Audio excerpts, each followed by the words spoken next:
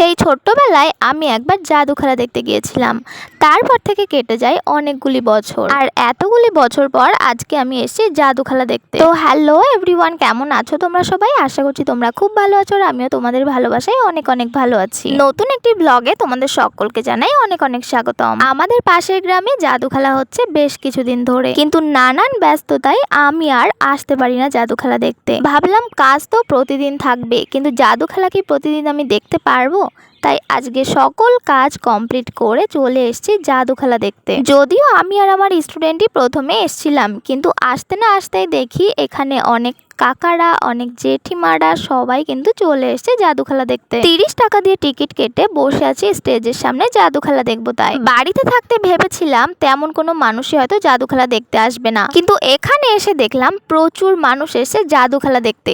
যাই হোক, সবাই মিলে একসাথে বসে জাদু খেলা দেখার মজাটাই আলাদা। তো চলো জাদু খেলা যারা যারা দেখাচ্ছে তাদের সাথে তোমাদের পরিচয় করিয়ে দিই। স্টেজে এখন যাকে দেখতে পাচ্ছ ইনি হলেন মাতা রানী, আর স্টেজের সামনে রয়েছে মিতুন, কিন্তু আমি এনাকে জোকার বলে ডাকবো যাতে তোমরা ভালোভাবে বুঝতে পারো। আর আজকে জাদু খেলার মেন ক্যারেক্টার হচ্ছে মাতা রানী আর জোকার। তো এদিকে কিন্তু জাদু খেলা স্টার্ট হয়ে গেছে। চলো জাদু খেলায় কি কি করছে সেটা তোমাদের সাথে শেয়ার করি এখন। তো মাতা রানী এখন একটা কাগজ নিল আর জোকারকে বলল আগুন দিয়ে পুড়িয়ে দিতে। তো জোকার আগুন দিয়ে পুড়িয়ে দিলে ওই কাগজটা একটা থালার মধ্যে চাপা দিয়ে দিল।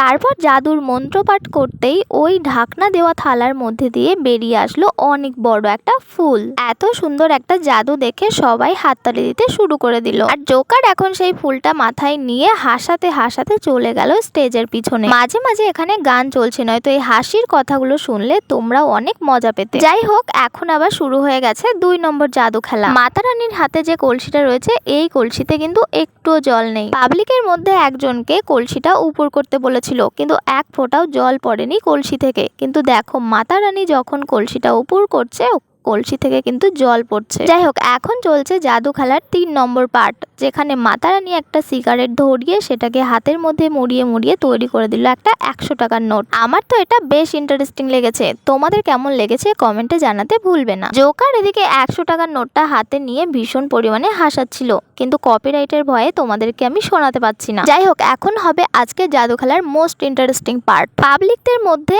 একটা ছেলেকে স্টেজে এখন ডেকে নিয়েছে, আর ছেলেটার এখন হাত কাটা হবে। হ্যাঁ, তোমরা ঠিকই শুনেছো, ছেলেটার এখন হাতটা কেটে দেবে। তো ছেলেটার হাতটি কাটার জন্য একটা জায়গায় ছেলেটাকে বসিয়ে নিয়েছে, আর এদিকে একটা ধারালো ছুরি বের করেছে। এই বড় ছুরিটা দেখে আমরাই তো ভয় পেয়ে যাচ্ছি। সবাই এখন নিশ্চুপ হয়ে তাকিয়ে আছি দৃশ্যটা ভালোভাবে দেখার জন্য। তো ছেলেটার হাতটা কাটার আগে জোকার একবার ছেলেটার বুকের উপর হাত দিয়ে দেখে নিচ্ছিল হৃৎপিণ্ডের স্পিড কতটা আছে এখন। এরপর বেশি কথা না বলে জোকার দিল এক কোপ। এই টাইমে আমাদের সকলের বুক কেঁপে উঠলো একবার। জানি না ছেলেটার এখন কেমন অনুভূতি হচ্ছে। তো এটা কোনো জাদু ছিল না, এটা আমাদের সকলের সাথে ছিল একটা মশকরা, ওই যেটাকে তোমরা প্র্যাঙ্ক বলে চেনো। যাই হোক, এখন হবে আসল জাদু। তো তার জন্য নিয়ে আসলো একটা কাঠের বাক্স, যেটার মধ্যে একটা ব্লেড রাখা আছে। তো ব্লেডটা কতটা ধারালো সেটা আমাদেরকে বোঝানোর জন্য প্রথমে একটা আলু কেটে দেখালো ব্লেডটা দিয়ে। তো এখন ওই বক্সের মধ্যে ছেলেটার হাত ঢুকিয়ে দিল, আর এখন ওই ব্লেডটা চাপলে ছেলেটার হাতটা কেটে পড়ে যাবে। কি এরকমটাই ভাবছো তোমরা? না, এরকমটা কিছুই হবে না, এটা তো জাদু খেলা, এটাতে আবার ওরকম হয় নাকি? তো যেরকমটা আমি বললাম, মাতা রানীর মন্ত্রপাঠ শেষ হলে জোকারের দিকে ব্লেডটা জোরে চাপ দিল, আর জাদু করে ধারালো ব্লেডটা হাতের নিচে চলে আসলো, কিন্তু ছেলেটার হাতের কোনো ক্ষতিই হলো না। তো যাই হোক, আগের জাদুটা তো শেষ হয়ে গেছে, আর এখন স্টার্ট হয়েছে নতুন একটা জাদু। এখানে আমাদের মধ্যে থেকেই আবার একটা নতুন ছেলেকে ডেকে নিয়েছে স্টেজে, আর ছেলেটা নিজেই জোকারের হাতে শক্ত করে বেঁধে তালা লাগিয়ে দিয়েছে। তো জোকার এদিকে মজা করতে করতে দেখাচ্ছিল তার হাত কতটা পরিমাণে শক্ত করে বাঁধা। তো মাতা রানী আর জোকার এদিকে আমাদের সাথে খুব গল্প করছিল, এবং গল্প করতে করতেই জোকার দেখি এক হাত দিয়ে এদিকে জল খাচ্ছিল। জোকারের হাতে তো তালা লাগানো ছিল, কিন্তু সেকেন্ডের মধ্যে জোকার কিভাবে হাতের তালাটা খুললো।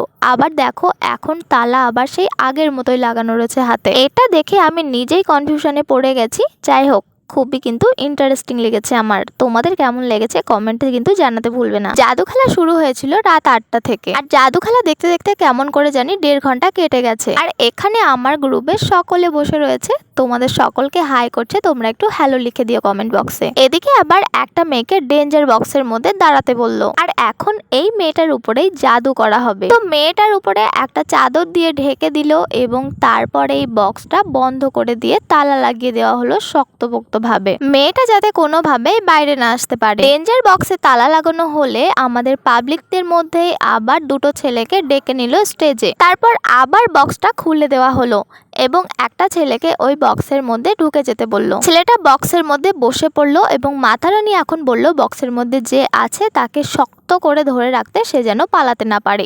তো ছেলেটাকে তারপর বক্সের মধ্যে দিয়ে আবার বক্সটা ভালোভাবে আটকে দিল। তারপর একটার পর একটা মন্ত্রপাঠ করলো মাতারানী। মন্ত্রপাঠ হয়ে গেলেই বক্সটা আবার খুলে দিয়ে দুজনকেই বাইরে বেরিয়ে আসতে বলল। তো দুজনই এখন উঠে দাঁড়ালো, আর ছেলেটাকে যেভাবে বলেছিল শক্ত করে ধরে রাখতে, ছেলেটা তো সেইভাবেই শক্ত করে ধরেছিল। তারপর মাতারানী চাদরটা সরাতেই আমরা সবাই অবাক হয়ে গেলাম। বক্সের মধ্যে তো একটা মেয়ে ঢুকেছিল, কিন্তু মেয়েটার বদলে এখানে জোকার কি করে চলে আসলো সেটাই আমরা সবাই ভাবছিলাম। জোকার এখানে বলছিল মাতারানী মুই আয়া পড়ছি, এই কথাটা শুনে আমরা প্রচন্ড হেসে উঠলাম। যাই হোক, এখন একটা জাদু হবে, এটা হলো আজকে জাদু খেলার লাস্ট পার্ট। তো এখানে একটা ছেলেকে শুয়ে থাকতে বললো এবং ছেলেটার উপরে আবার চাদর দিয়ে ঢাকা দিয়ে দিল, আর মাতারানীর মন্ত্রের সাহায্যে ছেলেটা এখানে অজ্ঞান হয়ে গেল এবং ছেলেটার উপরে যে চাদরটা ঢাকা দিয়েছিল তারপর আবার মাতারানী যখন মন্ত্র বলল, ছেলেটা আপন ইচ্ছায় উপরে উঠতে শুরু করে দিল, যেমনটা তোমরা দেখতেই পাচ্ছ।